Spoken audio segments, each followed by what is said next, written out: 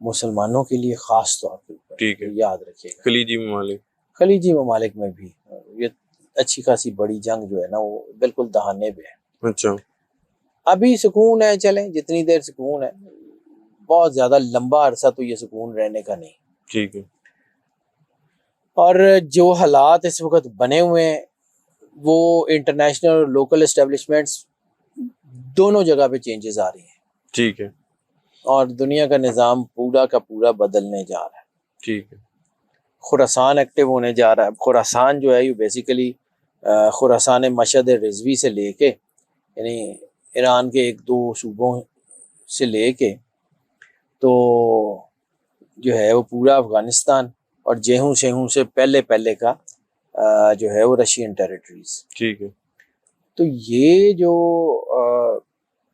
علاقے ہیں وہاں پہ جو ہے وہ حالات کشیدہ ہوں گے. اور جیسے ہی رشیا ذرا اس کو سکون آتا ہے، جو کہ جلدی آ جائے گا، یوکرین والی جنگ کو وہ تھوڑا سا کسی منطقی انجام تک پہنچاتا ہے، تو پھر آپ خود دیکھ لیجئے گا کہ رشیا جو ہے وہ کن کے ساتھ مل کے کن کے اوپر حملہ کرتا ہے. نیٹو ممالک پر، یورپ پر بڑی گیم ہو رہی ہے. اچھا. اور وہ بڑی گیم جو ہے نا وہ پھر ان کے لیے سنبھالنی کافی مشکل ہو جائے گی. ٹھیک ہے. یہ نہیں ہے کہ جنگ چٹکیوں میں ختم ہو جائے گی، وہ نہیں ہوگا، لیکن یہ جنگ جو ہے وہ اپنے منطقی انجام تک تو پہنچے گی. ٹھیک ہے. اور یہ انٹرنیشنل آرگنائزیشنز کے اوپر میں بار بار کہہ رہا ہوں کہ ہم ملحمت الکبریٰ کے 5ویں سال میں، اور اس کا نقشہ احادیث میں ملتا ہے. سرکار ختمی مرتبت بادشاہ کونین نے شام کی تباہی کی پیشین گوئی کی تھی کہ شام اس وقت تک تباہ نہیں ہوگا جب تک بصرہ تباہ نہیں ہوتا. پھر آپ نے جو ہے وہ جنگ کا فلسطین کی طرف ذکر کیا تھا، پھر آپ نے شام کی تباہی کا ذکر کیا تھا، پھر آپ نے جو ہے وہ یمن کا ذکر کیا تھا، پھر آپ نے افریقہ کا ذکر کیا تھا حدیثوں کے مختلف چیپٹرز میں. یہ سارے تو یہ جنگ افریقہ سے گھومتی گھومتی پھر آپ نے کہا تھا خراب الفارس والی حدیث ہے کہ فارس تباہ ہوگا. جی. تو فارس کی تباہی دروازے پہ آ چکی ہے. ٹھیک ہے. فارس کے بعد اگلا جو ہے نا وہ خراب الہند من السین، خراب السندھ من الہند و خراب الہند من السین والی حدیث پوری ہونے والی ہے. ساڈا گھر بھی سکون چ نہیں جائے گا. اچھا. ہم بھی اتنے سکون سے جو ہاتھ پہ ہاتھ رکھ کے بیٹھے ہوئے نا اس ہے، ادھر سے افغانستان ادھر سے انڈیا. ٹھیک ہے. اتنا آسان نہیں ہوگا سارا کچھ سنبھالنا. تو جعفری صاحب وہ جو اسرائیل کہہ رہے ہیں کہ صاف کہہ رہے ہیں کہ امریکہ پر انحصار نہیں، بھارت جیسے کئی ممالک ہمارے دوست ہیں، یعنی کہ بھارت پورا ایک تو ساتھ دے رہا ہے. سر ایک چیز یاد رکھیے گا، یو اے کا مطلب ہے اسرائیل کی کالونی اور بھارت کا مطلب ہے اسرائیل کی پراکسی. تو یہ چلے گا اور یہ چل رہا ہے اور یہ ایسکلیٹ ہوگا. اتنا آسان نہیں ہے. اب کبوتر بیٹھ کے آنکھیں بند کر کے نہیں آندی بلی نہیں آندی بلی آ جائے گی، پکڑ تو لے گی، وہ گردن سے ہی پکڑے گی. ٹھیک ہے. جعفری صاحب ٹرمپ جو کہہ رہے ہیں 1 گھنٹے کے اندر ایران کے پل تباہ کر سکتے ہیں، بجلی کا نظام مفلوج کر سکتے ہیں، کوئی بہت بڑا اٹیک ہونے والا ہے. سر مجبوراً ہوگا. اچھا. تو ایران بھی جواب تو دے گا نا، ایران بھی تو ہاتھ پہ ہاتھ رکھ کے نہیں نا بیٹھا. بالکل.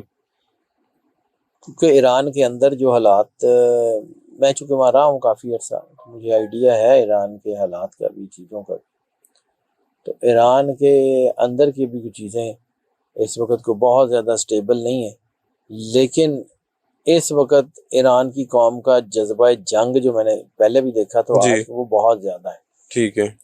اور وہ واقعی جذبہ شہادت ہے، جذبہ جنگ ہے، تو وہ تو کریں گے، وہ لڑیں گے. آیت اللہ خامنہئی صاحب کے نماز جنازہ میں خون کا بدلہ لینے کے نعرے لگائے، بدلہ لیا جائے گا ٹرمپ کو یا کسی کو ٹارگٹ کیا جا سکتا ہے؟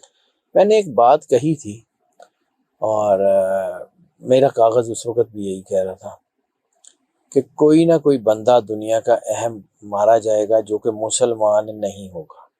جی.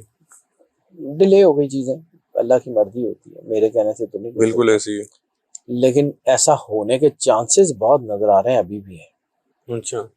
کوئی نہ کوئی غیر مسلم بڑا لیڈر دنیا کا مارے جانے کے چانسز بہت ہیں. ٹھیک ہے. جعفری صاحب ایران مطلب اسرائیل اس کو سپورٹ کر رہے، ایران بھارت پر حملہ کر سکتا ہے؟ نہیں، ابھی نہیں. اچھا. ایران اور بھارت کی ابھی لڑائی نہیں ہوگی. ہاں عرب کی جنگ میں جو ہے وہ کچھ چیزیں ایسکلیٹ کرتی ہیں تو پھر پاک بھارت جنگ ہو سکتی ہے. اچھا تاکہ کیونکہ اصل میں پھر کہتا ہوں کہ میں جی اسٹریٹجیز کا آدمی نہیں ہوں، لیکن جو میرا کاغذ بتا رہا ہے میں اس کی روشنی میں جب دیکھوں نا تو دو ملک جو ہے نا وہ ایران کو سپورٹ کر رہے تھے.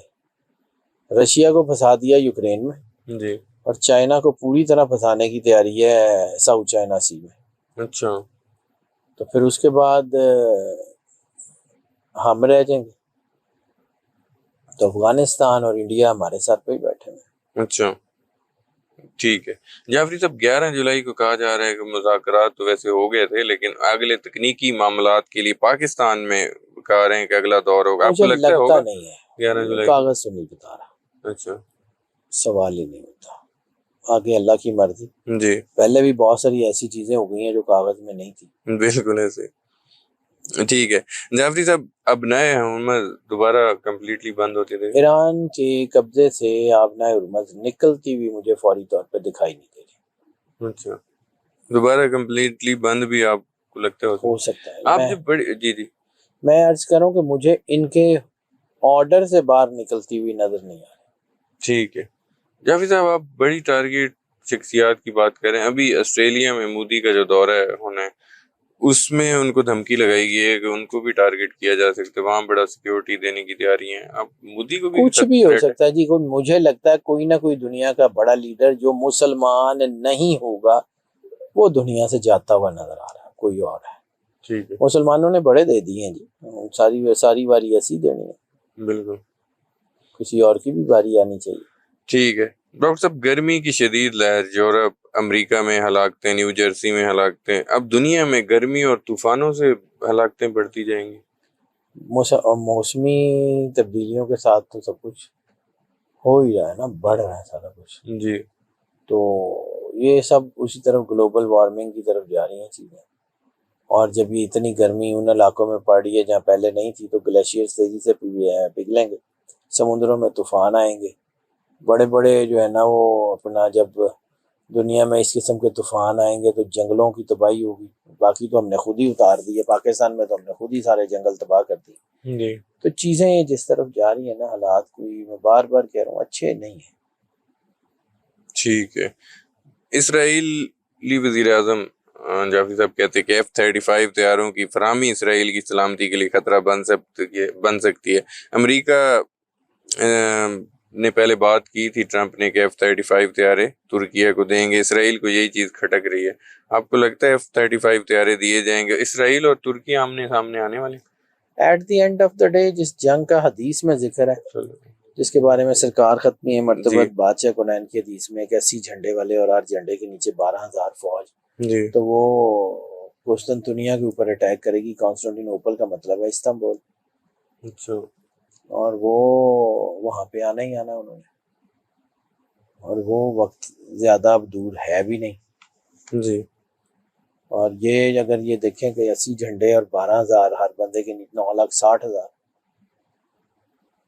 تو وہ 9,60,000 کی فوج جو ہے نا وہ جب آئے گی تو وہ اور کہاں سے آنی ہے؟ نیٹو سے ہی آنی ہے، اور کہاں سے آنی ہے. ٹھیک ہے جعفری صاحب، آخری کوشچن، دنیا کے پاس کتنا وقت ہے؟ کیا دنیا اب اختتام کی طرف چل پڑی؟ ابھی قیامت میں بڑا ٹائم ہے. ابھی چھوڑیں، ابھی تو باقی کام کر لینا. پہلے تو ان جنگوں سے جو بچے گا وہ قیامت دیکھے گا نا. جو اس میں مارا ہی گیا تو قیامت تو اس کے لیے آ گئی. جی تو ابھی دیکھتے ہیں، ابھی تو بہت کچھ ہے. ابھی عیسیٰ علیہ السلام نے آنا ہے، ابھی مولا امام مہدی نے آنا ہے، پھر انہوں نے حکومت کرنی ہے، پھر ان کی حکومت کے بعد یجوج مجوج نے آنا ہے. ابھی قیامت دور ہے، ابھی سکون کریں. ٹھیک ہے، بہت شکریہ جعفری صاحب، آپ نے اپنا قیمتی وقت دیا. ناظرین، سید حیدر جعفری صاحب میرے ساتھ موجود تھے. آپ نے ان کی گفتگو سنی. امید کرتا ہوں ویڈیو ہمیشہ کی طرح آپ لوگوں کو پسند آئی ہوگی. کمنٹس میں اپنا فیڈ بیک ضرور دیجیے گا. مجھے اور جعفری صاحب کو اجازت دیجیے، نیکسٹ ویڈیو میں پھر ملاقات ہوگی. اللہ حافظ.